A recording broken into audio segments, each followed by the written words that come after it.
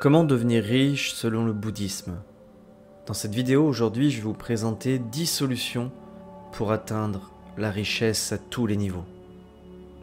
Alors selon le bouddhisme, la richesse n'est pas seulement mesurée en termes de richesse matérielle, mais elle est mesurée en termes de richesse spirituelle et de bien-être mental.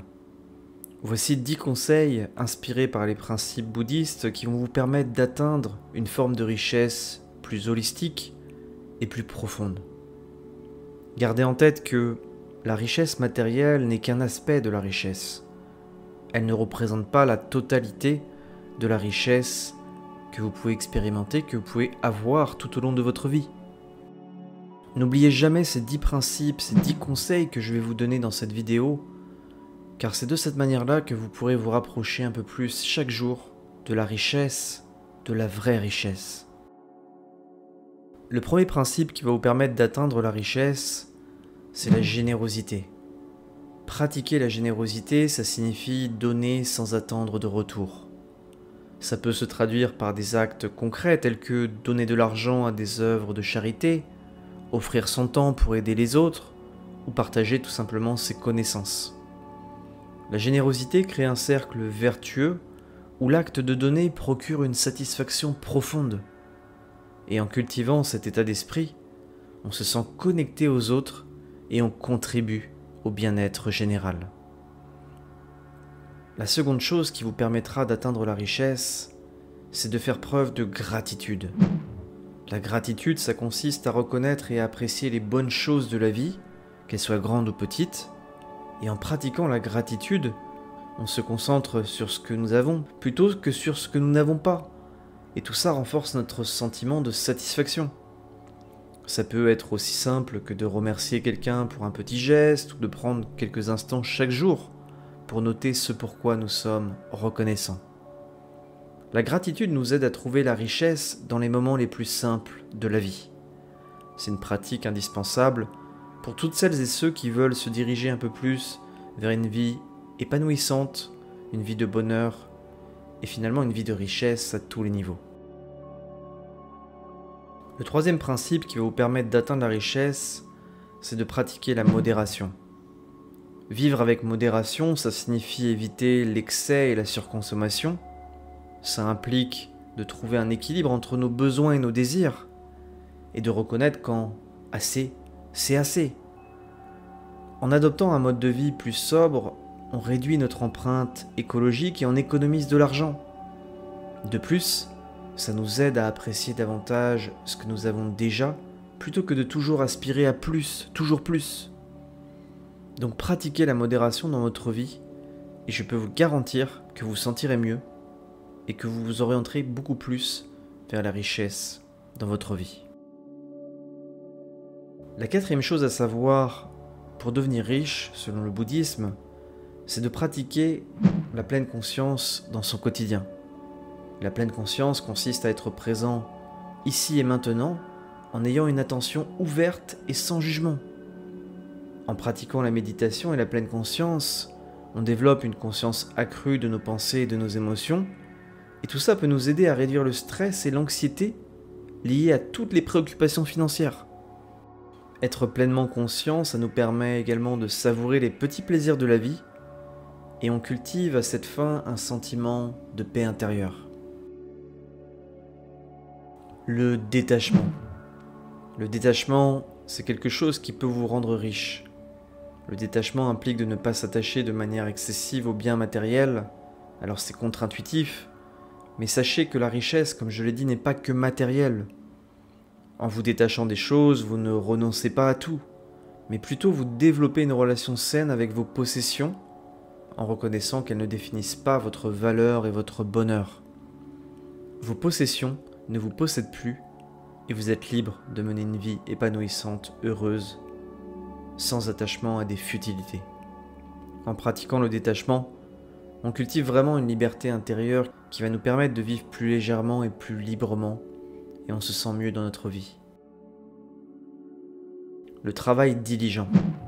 Le travail diligent, ça implique de s'engager pleinement dans nos activités quotidiennes avec énergie et détermination.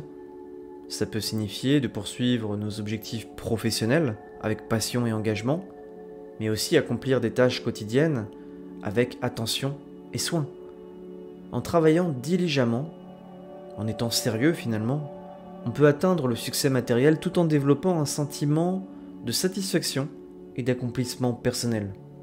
Donc dans votre vie, quel que soit votre travail, quelle que soit la tâche que vous entreprenez, faites preuve de diligence, de sérieux, de rigueur et mettez toute votre énergie dans ce que vous faites ici et maintenant.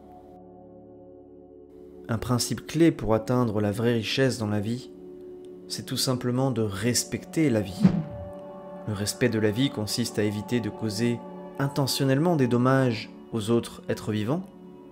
Ça va au-delà de ne pas nuire physiquement. Ça englobe également une attitude de compassion envers toutes les formes de vie. Et en respectant la vie sous toutes ses formes, on cultive une conscience tranquille et on contribue à créer un monde plus harmonieux et plus pacifique. Un principe qui vous mènera également à la richesse et qui est trop souvent négligé, notamment par la jeune génération aujourd'hui, c'est la patience. La patience, ça implique d'accepter tous les défis qui se présentent à vous, ça implique d'accepter les revers avec calme et sérénité, ça implique d'être résilient finalement. Ça signifie reconnaître que le succès matériel peut prendre du temps et ça peut nécessiter des efforts soutenus.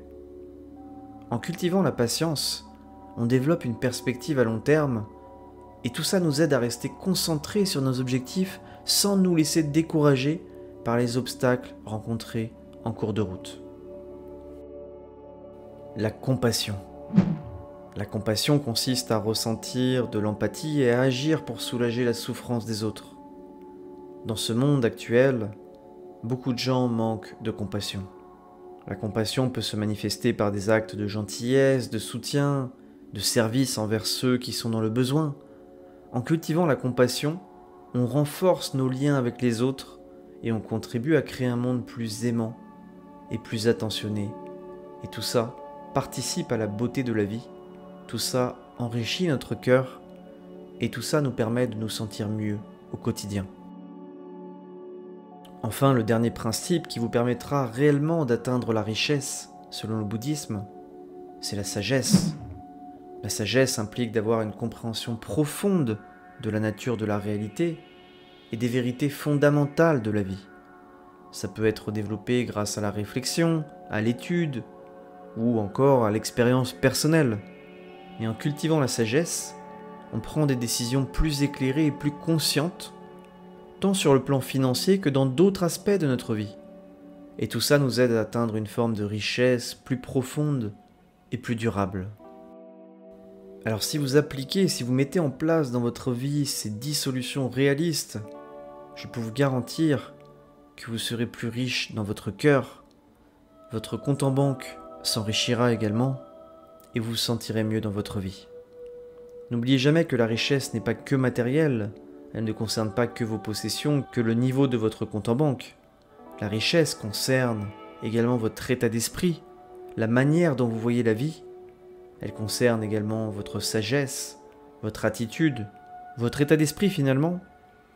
Et ceux qui pensent que la richesse n'est que matérielle se trompent complètement et la dure réalité des choses se présentera à eux. En tout cas, j'espère que cette vidéo aujourd'hui vous a intéressé, vous a plu.